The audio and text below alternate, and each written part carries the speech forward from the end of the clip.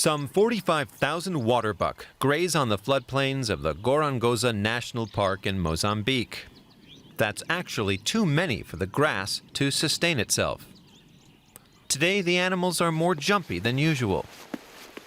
On the edge of the savannah, something is afoot. Staff from the Southern African conservation group Peace Parks are out to get them. They're setting up a huge chute with high walls to guide the antelope into a cattle truck. It's part of our rewilding process. So in total, we'll move around 1,400 animals from here, which includes waterbuck, and we'll also move 200 reedbuck this year. The peace and quiet of the bush is shattered as the hunt begins.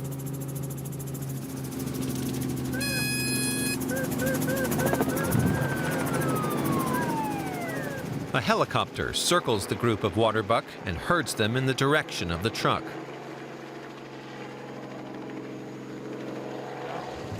Those on the ground get much closer to the frightened animals.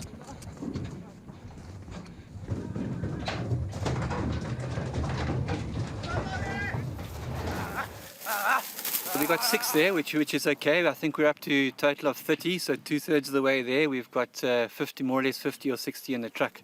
And I see the other trucks just arrived now, so progress is going okay. Some need a little extra persuasion. Today's a special day, so Werner Myberg, the head of Peace Parks, has come along too. He's spent years helping to prepare this initiative. We're making quite a big effort to translocate animals back to a park that has been completely wiped out of animals. So there's no animals at all. So what happened is in Mozambique there was a civil war that lasted over 16 years, and as a result a lot of the wildlife was decimated. And to bring back the animals, you have to come to a place like Gorongosa National Park, catch animals, and then take them all the way to new parks that are being rehabilitated. And there's quite a number of those in Mozambique that are going through this process of starting from scratch, really. The Gorongosa National Park was one of the first in Mozambique to be repopulated after the Civil War ended 2 decades ago. The effort paid off. Today there are even lions here, and the park has enough animals to give away. The waterbuck now begin their journey to the Zinave National Park. It's a 16-hour non-stop ride. To minimize the stress for his precious cargo, the driver's not permitted to make longer stops unless it's an absolute emergency. Like Gorongosa, the Zinave National Park is now to be repopulated with wild animals. Transferring the waterbuck is a first step. In the meantime, staff from Peace Parks are already in Zinave, meeting with Mozambican officials. They're here to discuss how to develop infrastructure to make the park more easily accessible to visitors. Bartholomew Soto, Director General of Mozambique's national parks, supports the project. The coastline's already developed for tourism, which should make Zinave attractive to visitors. There is a national strategy that Zinave fits in, is that we want to rebuild all the protected area to help the socio-economic development of Mozambique. Mozambique has decided to opt for a sustainable development where we improve our quality of life, but we don't destroy the resources. As yet, Zinave has nothing. Houses are being built for the future rangers. And transferring the animals alone will cost $2.5 million. Peace Parks is shouldering much of the financial burden, but it's also looking for donors. The animals here will need protection from poachers.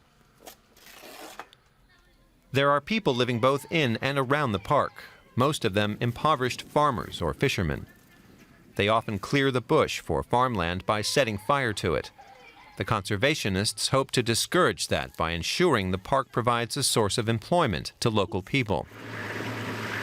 In the meantime, the animals in Zinave are surrounded by high electric fences in an area of 18,000 hectares. The conservationists have come to check up on things. The animals in this area will later populate the entire park. It's hoped the Zinave National Park can reopen in a few years' time. But first, the giraffes will be getting some new neighbors to help rebalance the environment. Our primary focus is to bring in the plains game, such as your zebra, wildebeest, and buffalo. They'll focus on the long grasses and change the ecosystem. And elephants will do much the same thing, where you've got a lot of thick bush, and they'll open up the bush for us as well. Thereafter, in about 4 or 5 years' time, we'll look at bringing in carnivores such as lion, hyena, and leopard. The next day, the truck carrying the water buck finally reaches its destination. Despite the long journey, the animals appear in good condition and are soon ready to explore their new surroundings. But it's just one step on the long road to recreating the natural paradise that Zinave once was. To rewild a landscape of this size will take time. Kruger National Park is 110 years old.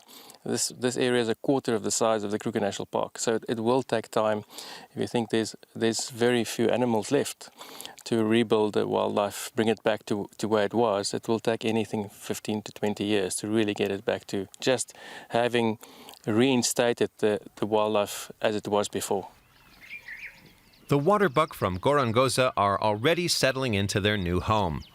Over the next few years, they'll be joined by some 7,500 animals from other African parks. And so, gradually, Zinave will come back to life.